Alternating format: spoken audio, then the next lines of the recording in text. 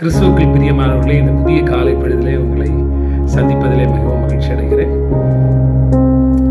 இன்றைக்கு உலக நடக்கைகளிலே மிக முக்கியமாய் பேசப்படுகின்ற ஒன்று ஒரு தனி மனித நடவடிக்கை.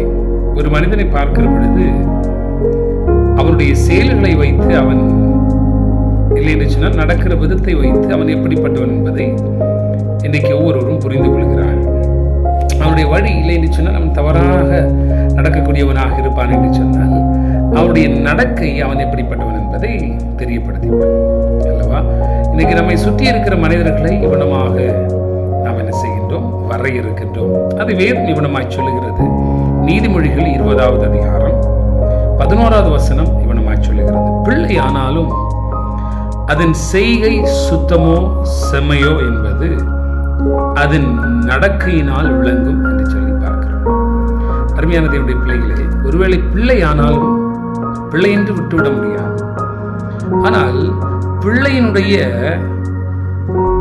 செய்கை, அவன் செய்கிறது சுத்தமா இல்லை சுத்தம் இல்லையா அப்படிங்கிறது, அவன் எப்படி நடக்கிறான் அப்படிங்கிறதை வைத்து விளங்கும் என்று சொல்லி வசனம் சொல்லுகிறது.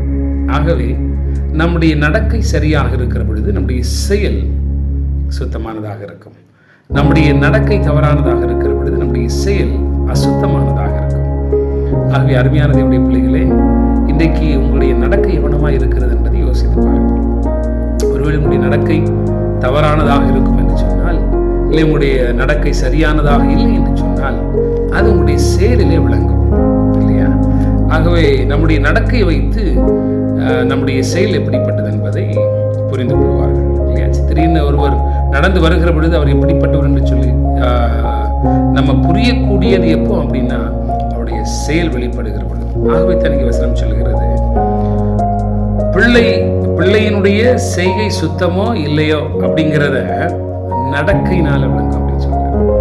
ஆகவே இதனால நம்முடைய நடக்கை நல்லதாக இருக்கட்டும், நம்முடைய நடக்கை சரியானதாக இருக்கட்டும், நம்முடைய செயல் சுத்தமாக கடவுள் ஆண்டவராக இயேசு கிறிஸ்துவை ஆசீர்வதிப்பார்.